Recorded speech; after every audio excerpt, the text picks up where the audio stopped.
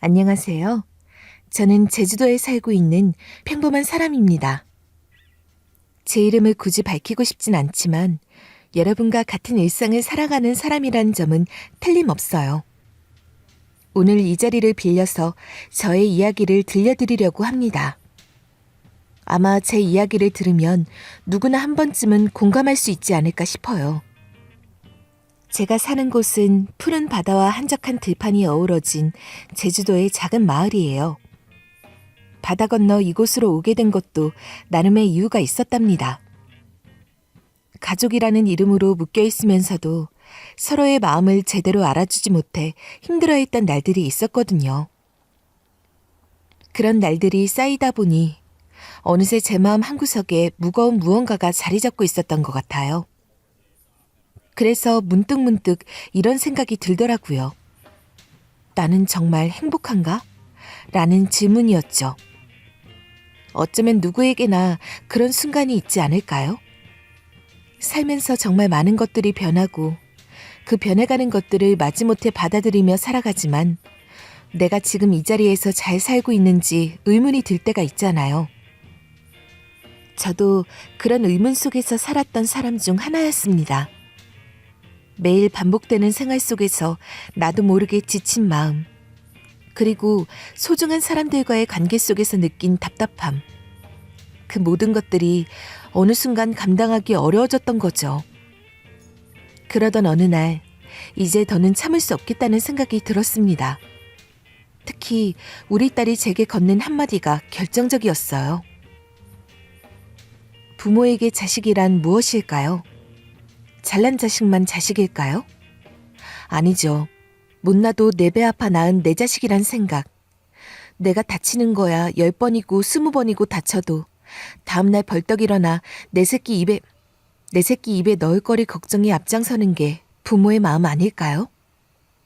내 자식 손끝에 가시만 박혀도 안절부절 못하는 게 부모라는 존재죠. 어느새 부모가 된 저에게도 생태 같은 자식이 둘이 있는데요. 어려서부터 제 눈에 넣어도 아프지 않을 만큼 사랑스러운 아들과 눈칫밥만 얻어먹고 자라서인지 또래보다 작은 체구를 가진 저의 아픈 손가락인 딸이 있답니다. 저는 아직도 딸아이만 생각하면 엄마로서 억장이 무너지는 기분이 들어요. 그동안 얼마나 애를 썼을까 싶고 미안하고 속상한 마음이 들 때가 한두 번이 아니었어요. 그런 제 마음을 일찌감치 눈치챘는지 고등학교를 졸업하던 날 딸아이는 저에게 조심스레 묻더군요. 엄마, 이번 참에 나랑 같이 이 집을 졸업하는 게 어때? 어린 것이 그동안 얼마나 마음에 응어리가 졌으면 저런 말을 할까 싶어 가슴이 찢어지는 것 같더라고요. 저는 그 길로 그동안 망설이기만 했던 결심을 실천에 옮겨야겠다고 생각했어요. 그렇게 딸아이와 함께 그간의 결혼 생활을 정리하기로 마음먹게 되었습니다. 저의 졸혼 이야기 한번 들어보시겠어요? 24살, 27의 친구의 소개로 처음 만난 남편과 저는 서로 너무나 다른 사람이었어요. 마치 지구의 양끝에 사는 두 사람 같다고 느껴졌죠. 남편은 누나 하나를 둔 손이 귀한 집안의 아들이었고 저는 무려 오빠 둘에 여동생 둘을 둔 다복한 집안의 장녀였어요. 어렸을 때부터 아버지께서 딸은 살림 미천이라며 아들 도봐야 다 죽고 나서야 제사밥 얻어먹는 게 전부인데 그럼 뭐하냐며 살아있을 때 잘해야 한다는 신조를 가지신 덕분에 우리 집은 다른 집들과 달리 딸들이 중심이었죠. 세 딸이 듬뿍 사랑을 받으며 자랐어요. 그래서인지 남편이 오냐오냐 응석바지처럼 자란 모습이 조금 낯설게 다가왔던 것 같아요. 제 손으로 할 줄 아는 건 하나도 없이 귀하게만 자란 남편이 나이가 더 많음에도 불구하고 그저 어린아이처럼 느껴지더군요. 이성적인 호감을 가지긴 어려웠어요. 그래서 처음 소개팅을 했을 때 솔직히 이번 소개팅도 잘 되긴 글렀구나 싶었죠. 그런데 그랬던 제 속내를 남편이 알아챘는지 저에게 딱 3번만 만나보자고 제안하더라고요. 그때 결론을 내도 늦지 않다면서 말이에요. 인생에서 자기 같은 사람 만나는 게 쉬운 일이 아니라며 자신감까지 보여주니 조금은 의아했죠. 저는 믿져야 본전이겠지 하는 마음으로 그래, 하고 싶은 대로 해봐라 하고 그의 제안을 수락했습니다. 그때 저는 지방에 있는 작은 동물병원에서 수의사를 도와 간호보조 일을 하고 있었어요. 시골에서 일하다 보니 매일같이 소나 돼지가 출산할 때면 새끼가 태어날 때까지 노심초사하며 곁을 지켰죠. 그러다 보면 가축의 분비물이 옷에 묻어나와 지독한 냄새가 나기 일쑤였어요. 그날도 어김없이 수의사 선생님을 따라 어느 농가를 방문했는데 일이 끝나고 나니 옷이 엉망이 된 거예요. 이 상태로 어떻게 집에 돌아가나 걱정하고 있었는데 병원 앞에 보기 드문 승용차가 서 있는 게 아니겠어요? 기껏해야 트럭이나 트랙터가 전부인 시골 마을에선 흔치 않은 광경이었죠. 그 차가 누구 것인가 하고 둘러보고 있는데 멀끔한 차림의 남편이 내리는 거예요. 알고 보니 병원에 전화했다가 제가 외근 나갔다고 하니 집에 데려다 줄 겸 찾아온 것이었어요. 차가 더러워질까 봐 사양했더니 남편이 그러더라고요. 이깟 차가 상전이라도 돼요? 사람이 먼저지. 차야 우리 편하라고 있는 건데 더러워지면 청소하면 그만이죠. 저희 집도 예전에 소를 좀 키워봐서 소똥 냄새야 구수하게 느껴지니까 별로 신경 쓰지 말고 얼른 타세요. 여기서 얼마나 기다린 줄 아세요? 그렇게 제 등을 떠밀며 차에 태우는데 그때까지는 어린아이 같아 보이기만 했던 남편이 그 순간 처음으로 남자로 보였던 것 같아요. 작은 배려가 인연이 되어 저희는 1년 정도 연애를 했고 결국 결혼하게 되었어요. 결혼 후 인사를 드리기 위해 간 시댁은 생각보다 풍족하진 않았지만 남편의 가족 모두가 따뜻하고 친절했어요. 왕년에 마을에서 알아줄 정도로 크게 소농장을 하던 시아버님은 지금은 무엇 때문인지 다 잃고 물려받은 농가 밭에 작게나마 벼와 고추, 양파 등을 심어 농사를 일구고 계셨고 하나밖에 없는 아들이 곁에서 일을 물려받아 이어가길 바라는 눈치셨어요. 그럼에도 금지옥엽 내 아들 어디 나가서 기죽지 말라며 있는 살림 없는 살림 죄다 끌어다가 아들을 키운 시댁은 아들이 바라는 거라면 간이고 쓸개고 다 떼다 줄 준비가 된 것처럼 보였어요. 그러한 마음이 여실히 담긴 게 바로 마을의 유일한 남편의 승용차가 이를 대변하고 있었죠. 그러더니 시어머님은 저를 데리고 부엌으로 가더니 대뜸 저에게 종이 한 장을 건네셨어요. 그러고는 누가 들을까 나지막한 목소리로 저에게 말씀을 이어가시더군요. 이게 용하다는 점집에서 얻어온 아들 갖는 날짜이니까 기억하고 있다가 네가 날에 맞춰 몸단장하고 남편마저 채비를 하렴. 어차피 남자는 여자하기 나름이니 네 역할이 중요해. 우리 집은 손이 귀한 집이니 첫째는 꼭 아들이어야 한다. 네가 할 일 중 아들 낳는 게 제일 중요해. 명심하거라. 아들보다 딸이 예쁨 받는 집에서 자라온 저로서는 영 이해가 가지 않았지만 손이 귀하다는 말이 무엇인지 남편을 통해 연애 때부터 익히 들어온 터라 시어머님의 이런 바람이 같은 여자로서 아예 이해가 가지 않는 건 아니었어요. 시어머님은 시집을 오자마자 저에게는 시할머니인 시어머님께서 아들을 낳지 못한다는 모진 구박을 받았고 형님과 남편 사이에 낳았던 2명의 딸과 아들 하나를 어려서 사고와 병환으로 잃고 집안의 마지막 막내 아들인 남편 덕에 모진 시집살이에서 살아남은 터라 저에게도 아들만큼은 꼭 낳아야만 네가 이 집안에서 살아남을 수 있다 말씀하시는 것만 같았어요.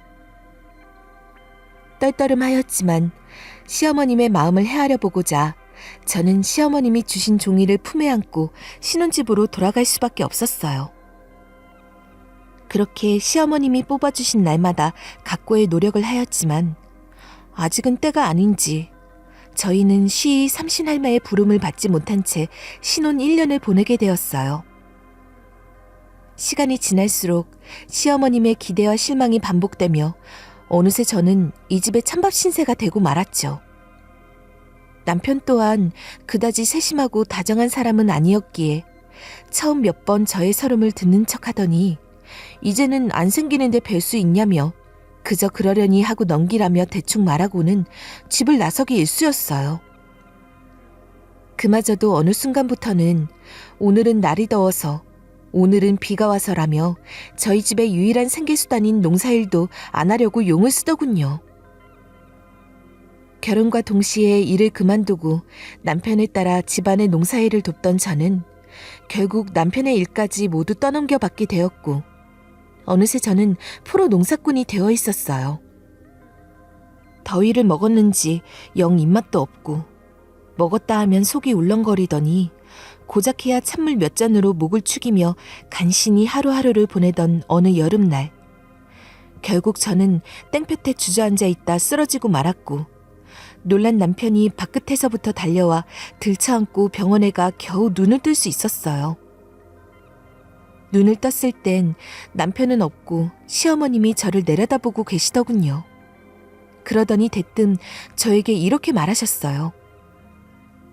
아니, 무슨 여자가 이렇게 제 몸 모르고 조심성 없이 구니? 너희 어머니는 이런 것도 안 가르치던? 어떻게 입덧하고 더위하고도 구분을 못해서 뱃속의 아기한테 넘치게 영양분을 줘도 모자랄 시기에 쓰러져서는 무슨 호사를 누리려고 병원에 누워있어? 네, 맞아요. 저는 첫 아이를 임신하게 되었던 것이었죠.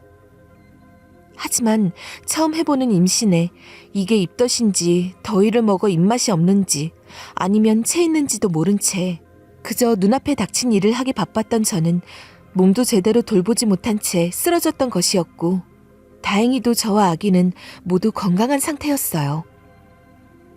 하지만 세상 기쁘게 맞이해야 할 소식임에도 불구하고 시어머님의 눈초리에 한껏 기가 죽은 채 죄인의 행색을 한 저는 누가 봐도 첫 아이를 임신한 임산부라기보단 대역죄인이라고 해도 믿을 만큼 고개를 푹 숙인 채 죄송하다는 말만 연신 내뱉고 있었어요. 시어머님은 곧장 의사를 찾아가 아들인지 딸인지 묻기 시작했고, 의사는 현재로서 알기 어렵다며 애둘러 여러 차례 거절한 끝에 제풀에 지친 시어머님은 자리로 돌아올 수밖에 없으셨어요.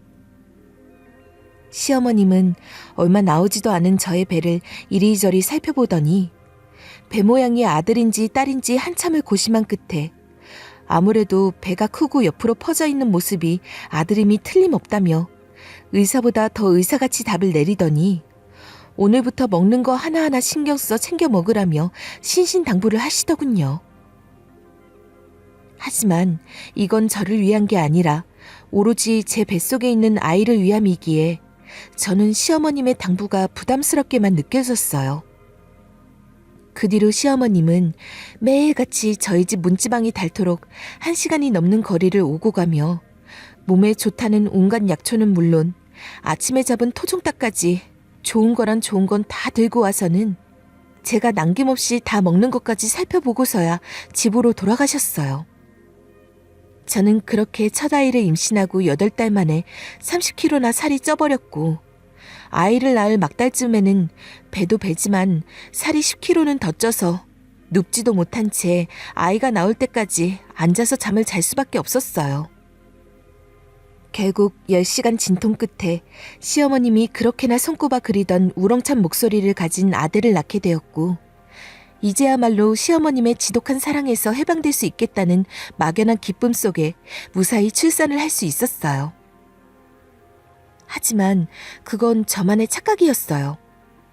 자유는 고사하고 시어머님의 지극한 간섭만 늘었죠. 어찌나 아들 사랑이 지극한지 시어머님은 손자를 봐주신다는 명목 아래 저희 집 근처로 이사를 하셨고, 그렇게 저는 24시간 시어머님의 슬하 아래 육아를 시작하게 되었어요. 요즘이라면 발벗고 앞장서 그것도 아무 대가도 없이 아이를 봐주신다고 하는데 얼마나 감사하고 고마운 일인데 배부른 투정이라 생각하시는 분들도 계시겠지만, 하루아침에 시댁이 도보로 10분 거리에 있다고 생각해보세요. 정말이지 이것이야말로 미칠 노릇이더군요. 새벽 내내 잠떠신지 울고 보채는 탓에 안아들고 어르고 달래느냐 며칠째 잠도 자지 못하다 동이 틀 적에 겨우 아기와 함께 잠이 들었는데 아침부터 누군가 저희 집 문을 사정없이 두들기더군요.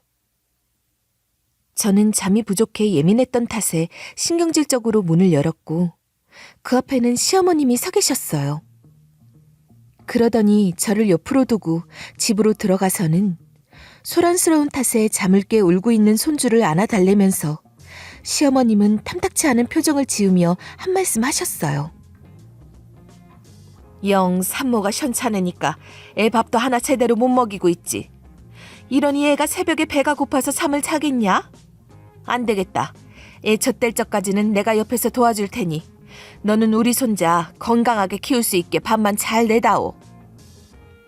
마치 저를 그저 손자의 밥그릇 정도로만 여기시는 시어머님 말씀에 불편한 내색을 감출 수 없던 저는 괜찮다며 요새 잠을 잘 못 자서 그런 것 같다며 한사코 거절하기에 이르렀지만 시어머님은 제 말은 귓등으로 들은 채도 하지 않으셨어요.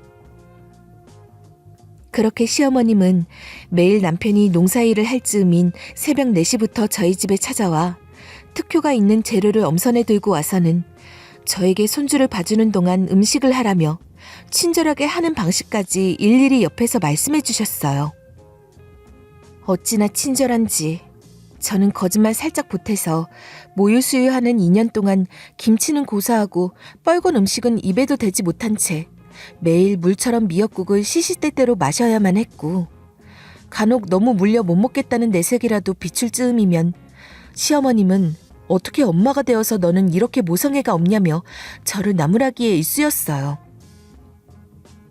그렇게 미역국으로 키운 저의 아들이 모유를 뗄 때쯤 그제서야 맛본 김치는 어찌나 매콤하고 아삭한지 천상의 맛 그 자체였죠. 아기를 낳고도 아기의 건강한 밥 노릇을 하느냐 살면서 최대치의 몸무게에 도달한 저는 남편을 도와 농사일을 하기 위해 무릎을 접는 것도 쉬운 일이 아니었어요. 고작 아이 하나 낳았을 뿐인데 저의 삶은 180도 바뀌어져 있었죠. 시어머님은 제 속도 모르고 벌써 둘째를 운운하며 둘째 가지려면 체중 감량을 좀 해야 하지 않겠느냐며 저에게 볼 때마다 닥달을 하시더니 어느 날 저녁장에 나갔다 손자 옷을 사왔다며 들고 온 시어머님은 살 뺄 생각도 않고 저녁을 산더미처럼 먹는다며 제 밥그릇을 빼앗아 먹지도 못하게 싱크대에 뒤집어 넣어버리셨어요. 어찌나 비참한지 저는 이루 말할 수 없는 모욕감과 수치스러운 감정을 동시다발적으로 느끼고 말았어요. 저는 그날로 이를 악물고 농사일이 끝나면 아이를 시어머님께 맡겨둔 채 필사적으로 살을 빼기 위해 걷고 또 걸었어요. 그렇게 3달 만에 저는 20kg를 감량하기에 이르렀고 다시 집으로 돌아왔을 땐 저의 아들은 시어머님의 손자가 아닌 아들이 되어 있었어요. 아들은 이제 제법 단어를 입 밖으로 내기 시작하는 시기인 터라 저는 당연히 엄마라는 2글자가 먼저 나오겠거니 싶었지만 아들의 입에서 나온 첫 단어는 한마였어요. 할머니를 하기 어려웠던 아들은 시어머님의 그간의 노력 덕분인지 할머니를 부르기 위해 애를 썼고 그 결과 자신이 할 수 있는 최선의 단어로 한마를 내뱉더군요. 시어머님은 깨르르 웃으며 이거 보았냐며 애가 어찌 지 엄마 아빠보다 이 할머니만 따르냐며 입으론 걱정스러운 양 말씀하셨지만 얼굴은 점심에 뜨는 태양보다 더 밝게 빛나고 있었어요. 그 뒤로도 시어머님의 손자 사랑은 도가 지나칠 정도로 남달랐어요. 아이가 제법 단어가 아닌 문장으로 말을 하며 자기의 의사를 표현하기 시작하던 때부터 시어머님은 무조건적으로 아들의 편에 서서 아들이 원하는 모든 걸 받아주셨어요. 하다못해 장난감을 사러 가서 색을 두고 고민하는 모습을 보고 둘 중 하나만 살 수 있다며 훈육을 하는 저를 뒤로 한 채 가지고 싶은 건 다 가져봐야 그래야 잘 때 생각도 안 나고 푹 잘 수 있다며 같은 장난감을 다른 색으로 2개씩 사는 건 일상 다반사였기에 아들은 가지고 싶은 것이 생길 때를 넘어서 하기 싫은 일을 마주할 때에도 제 할머니를 찾기 일쑤였어요. 그러곤 할머니를 앞장 세워 저를 조종하려 들었어요. 이 아이를 어떻게 하면 좋을까 고민에 휩싸여 있던 차 아들이 다니는 시내의 어린이집에서 연락이 와 황급히 달려가 보니 아들의 얼굴이 손톱 자국으로 엉망이 되어 있었어요. 저는 누가 애 얼굴을 이렇게 만들었나 싶어 씩씩거리며 선생님에게 이게 무슨 일이냐 묻자 선생님은 난감한 표정을 하더니 이어 속상하겠지만 제 아들은 양호한 편이라며 말을 이어가더군요. 그렇게 말한 상황을 들어보니 이제서야 왜 그렇게 말했는지 알겠더군요. 아들이 가지고 놀고 싶던 장난감을 어느 여자친구가 가지고 놀고 있자 아들은 곧장 선생님에게 그 장난감을 자신에게 달라고 하였고 선생님은 친구가 가지고 놀고 있으니 다음 차례를 기다려보자 하자 그럼 뺏으면 되지 않냐며 말도 안 되는 고집을 피우더니 선생님이 꿈쩍 않자 성큼성큼 걸어가 여자친구에게 그 장난감을 빼앗아 버린 것이었죠. 마른 하늘에 날벼락을 맞이한 친구는 아들에게 빼앗긴 장난감을 되찾아오고자 있는 힘껏 꼬집었고 화가 난 아들이 그 자리에서 온종일 싸웠다고 하는 겁니다. 그렇게 한바탕 일이 휘몰아쳐 버리고 나니 저는 이 아이를 어쩌면 좋지 싶어 눈앞이 캄캄했어요. 저는 지금이라도 아들을 바르게 키워야겠다 싶어 아들에게 더 엄격한 훈육을 하기로 마음을 굳게 먹었어요. 그러자 점차 아들은 안 되는 것, 거절당하는 것 모두 다 제 뜻대로 할 수 없다는 것에 대해 조금씩 배워가는 것 같아 아주 작은 희망이 보이는 것 같았죠. 하지만 시어머님이 계시는 한 그 태도를 유지하는 건 오래가지 않았고 결국 조금의 희망만 보인 채 아들은 시어머님 치맛자락 뒤에 숨어 늘 제자리 걸음에 머물러 있었어요. 그러던 차 시어머님은 아무래도 더 늦기 전에 둘째를 낳는 게 좋겠다며 동생이 생기면 아들도 책임감이 생겨 더 나아질 거라며 저를 살살 구슬리기 시작하더군요. 시어머님은 첫째 때와 마찬가지로 근래 가장 용하다는 무당에게 아들을 가질 수 있는 날짜와 함께 이번에는 아들 낳는 부적까지 한아름 써와서는 저희 집 이곳저곳에 붙이더니 정말이지 부적이 효능이 있었는지 시어머님이 받아온 날 중 하나가 아닐까 싶은 날에 둘째를 임신하게 되었어요. 그러다 보니 시어머님의 기대는 어마어마하게 올라가 있었고 드디어 그렇게나 학수고대하던 둘째가 태어나자 시어머님은 아주 큰 실망을 하고 말았죠. 둘째 아이는 시어머님의 기대와 달리 딸이었고 시어머님은 첫째를 돌봐야 한다는 핑계로 출산 당일을 제외하곤 얼굴 한 번을 비추지 않으셨어요. 집에 돌아오자 시어머님의 노골적인 차별은 날이 갈수록 더해만 갔어요. 시어머님은 둘째가 어린 탓에 뭐 하나 작은 잘못이라도 하면 그걸 놓치지 않고 크게 나무라시며 그 끝에 저에게 당부하시길 여자가 기가 세면 나중에 제 오빠 기눌러 먹어서 오빠가 기를 못 펴고 살 수 있으니 애초에 서열을 잘 가르치라며 아들인 손자에게는 그토록 더없이 따뜻하고 인자하신 시어머님은 딸인 둘째에게는 한없이 혹독하고 엄하기만 하셨어요.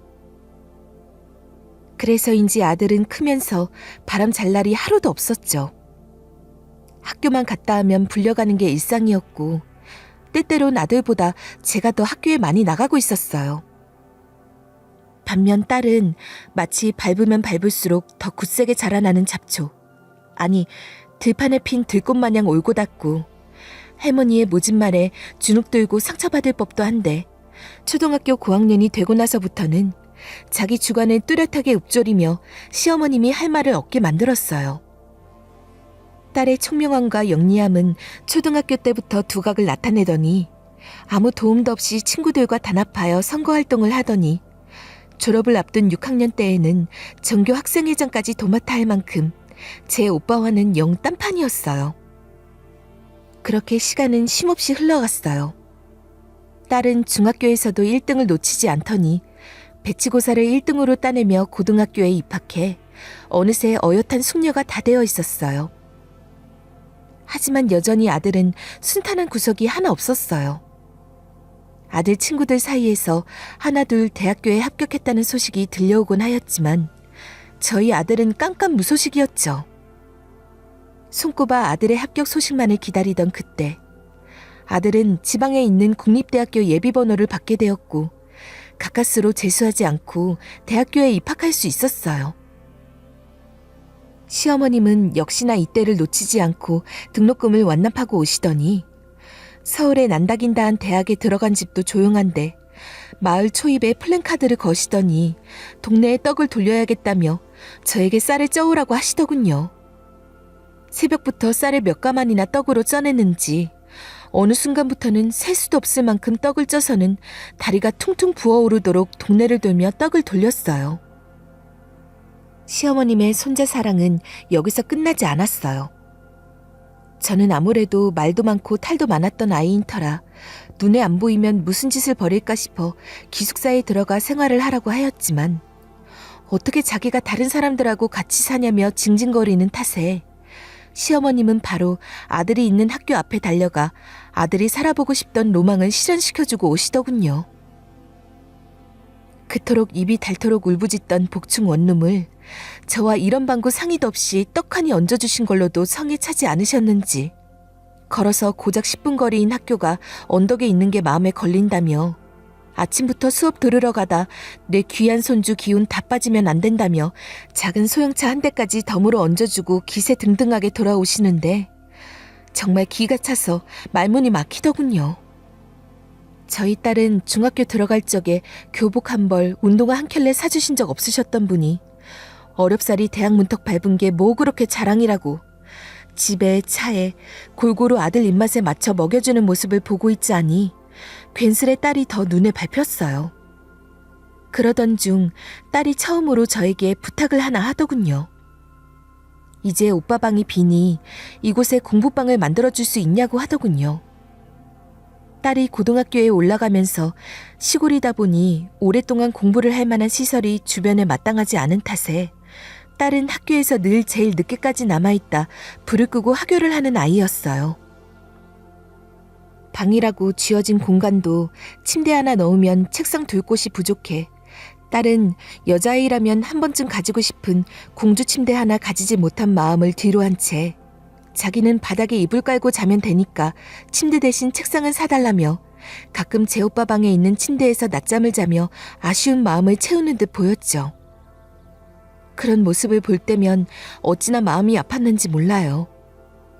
저는 더 생각할 것도 없이 딸에게 바로 알겠다며 이번 참에 침대가 있는 오빠 방을 딸이 쓰고 지금 딸의 방을 공부방으로 쓰는 게 어떻겠냐고 물었고 딸은 배시시 웃으며 두 팔을 벌려 침대에 털썩 눕더군요. 그렇게 며칠이 지나던 어느 날 딸이 우는 목소리로 전화를 해 급히 집에 가보니 시어머님이 딸을 세워놓고 훈육을 하고 계셨어요.